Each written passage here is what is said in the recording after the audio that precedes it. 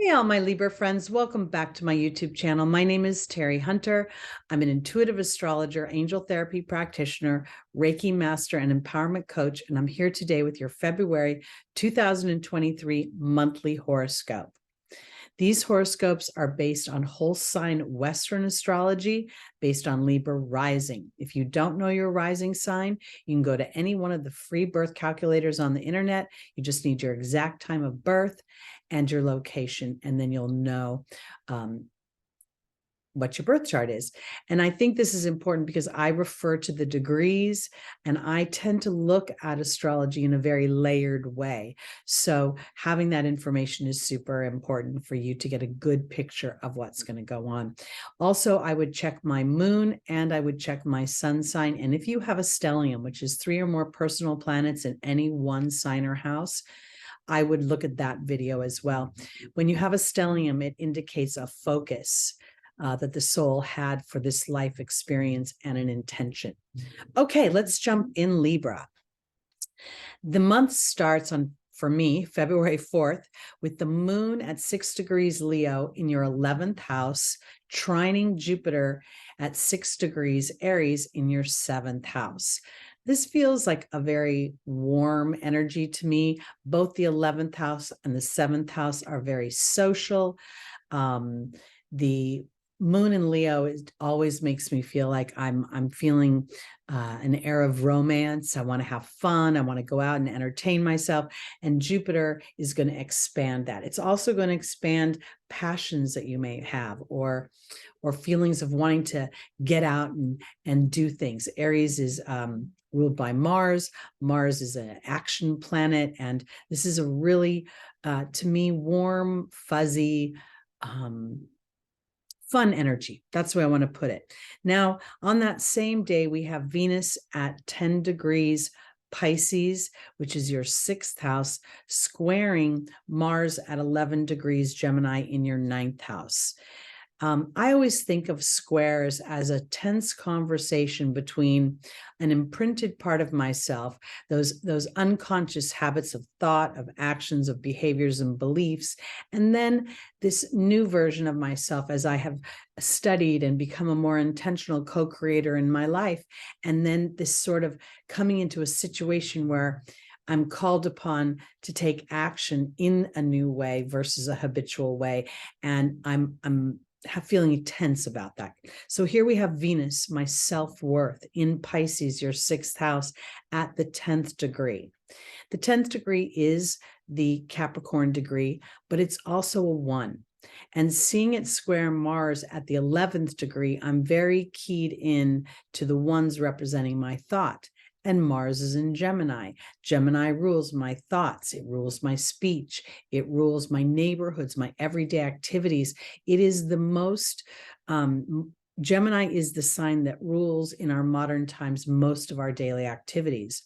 So I believe that this square is giving you an opportunity to think about how you want to, your beliefs could be very much changing about how you're taking care of yourself. The 6th house rules my my health, both my mental health and my physical health. It rules my work life. It rules employers and employees. It also rules enslavement. And so there could be things where you have habits that you have wanted to course correct. Maybe they're eating habits, maybe they're mental habits of thought. And this is where I want to offer Libra balance. It's almost as if moving the square of Mars at the 11th degree of Gemini is not about changing the habit on a dime. It's about maybe shifting your focus into what you are doing that's working for you versus the road you have to go down. Mars is an energy that most people really first thing they go to is the warrior. But what I see is the war hero. I don't see a banshee running around lobbing off heads, raping and pillaging. I see Mars being the fireman that goes in and rescues. You know, I see this courageous, pioneering spirit. And here it's tasking Libra to look at, you know, your ruling planet Venus is in Pisces where she loves to be. And now this is about building your self-worth, your physical body, your mental body, and and releasing yourself from any thought patterns that have enslaved you to dutiful behaviors that really aren't serving you, and having the courage to think about that. Now we have Uranus at 15 degrees Taurus in your 8th house, squaring the sun at 15 degrees Aquarius in your 5th house. Again, the square being, this tense conversation between an old version of myself and a new version of myself, an evolved version of myself. Now, the 15th degree is the Gemini degree. Here we are talking about our thoughts again, our thoughts in relation to our everyday activities, and maybe in many ways how other people perceive us, because here we have the sun involved, projecting myself outward and wanting to really renovate myself from that, wanting to be liberated, wanting to feel the brilliance and the genius that is me in my 5th house. And the 8th house, where Uranus has been transiting for quite some time, has been giving you an opportunity to renovate yourself, to dig down to the deepest psychology of what your self-worth is, because Taurus is going to rule your family history. It's going to rule your self-worth, and it's in the house of great psychological and the deep imprint of how we operate. The 8th house by nature rules finances, other people's money, death, taxes, but it also rules, and it rules sex, but it rules the occult. And the occult to me is a sort of lower vibrational term for empowering the human to know that their thoughts are things. And as we have focused thoughts, we bring experiences, we co-create them within our lives. And so it's really where the 8th house lifts the victimhood and allows us to become the victors in our life as we become aware and more intentional. So this is an opportunity that's coming about. We have a full moon in Leo at on the 5th of February. I'll be doing a separate video on that. On the 9th, we have Mercury coming into an exact conjunction with Pluto at 28 degrees Capricorn in your 4th house. Here again, Mercury ruling my thoughts, my speech. It also rules my siblings. In the 4th house, there could be real sort of thinking about how we've been perceiving the things that nurture us. The 4th house is naturally Cancer, and I can talk about the home and the family, but I want to go beneath the psychology of that.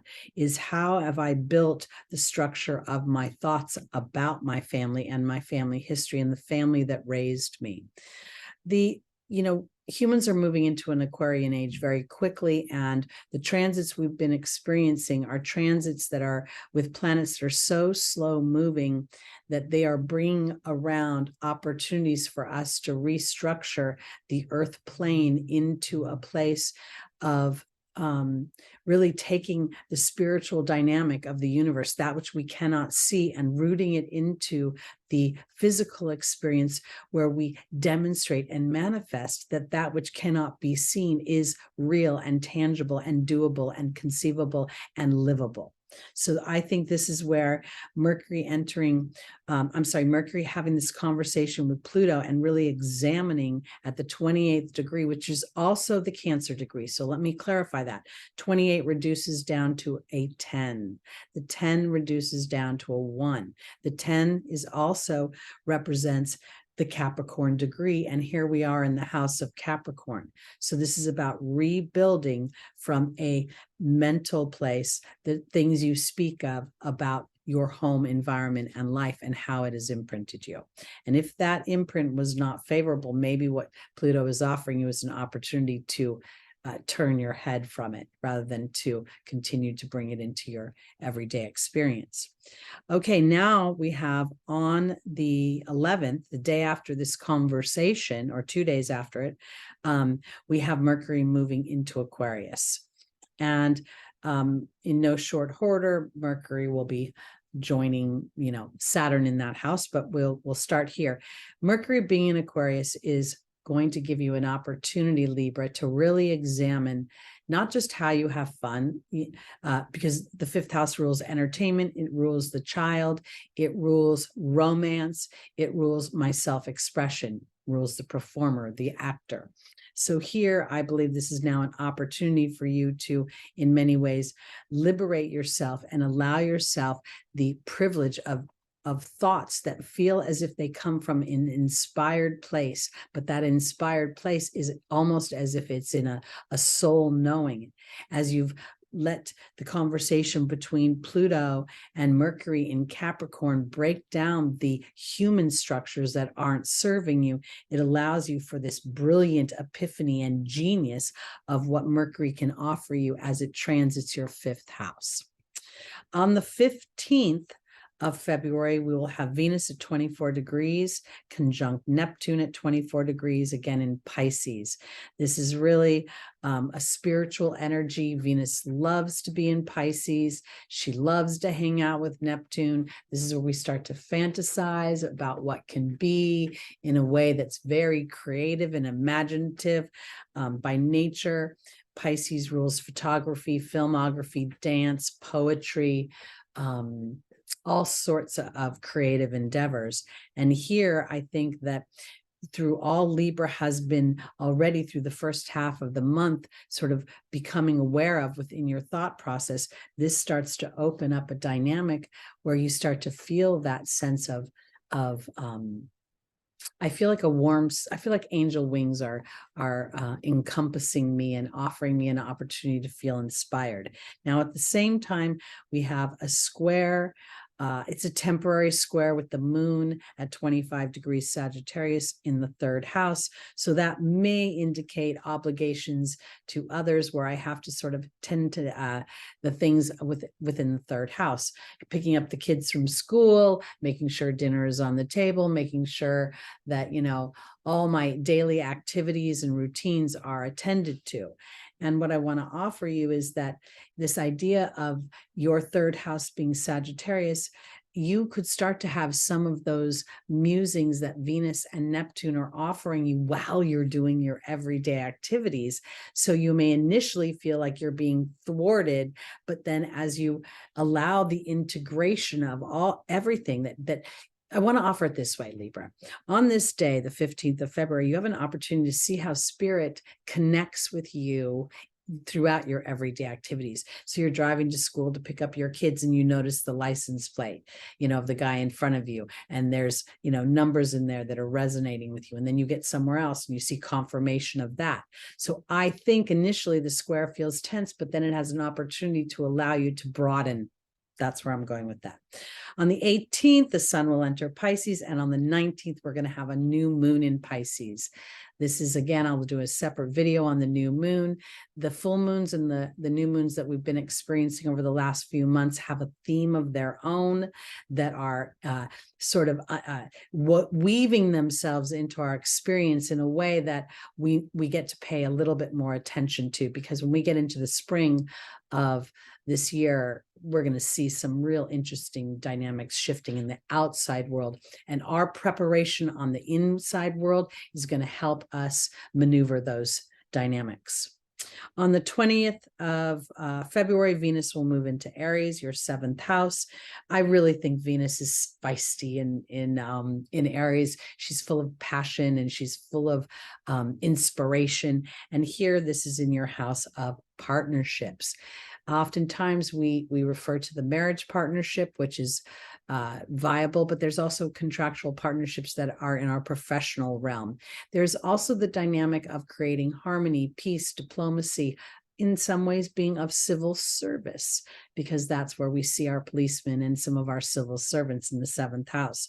So here, I think you have an opportunity to start to really feel a sense of passion and evolution, because by the 25th of February, Venus will have moved to the 7th degree. We're in a 7-year. You are the 7th house, Libra, naturally. And this is about transformation within your spiritual realm, introspection that you bring into the solid world, because Venus will be starting to move towards Jupiter. On the 25th, Jupiter will be at 11 degrees, the Aquarian degree, also the master number of thought, 11. And we have Chiron at 13 degrees Aries.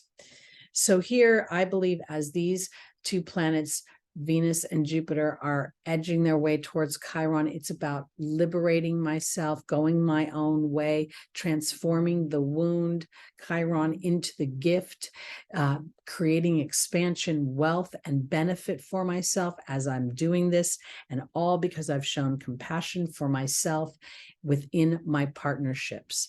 This Venus is about my ability to use my experience and my skills out into the world. And I feel as if oftentimes we think of skills in a kind of a flat way based on old human structures.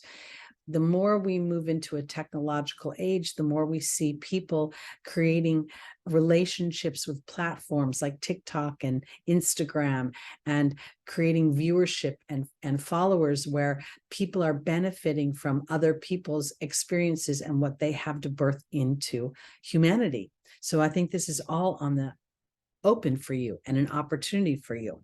We round out the month on the 28th with Mercury making a conjunction to Saturn in Aquarius, your 5th house of birthing your ideas out into the world.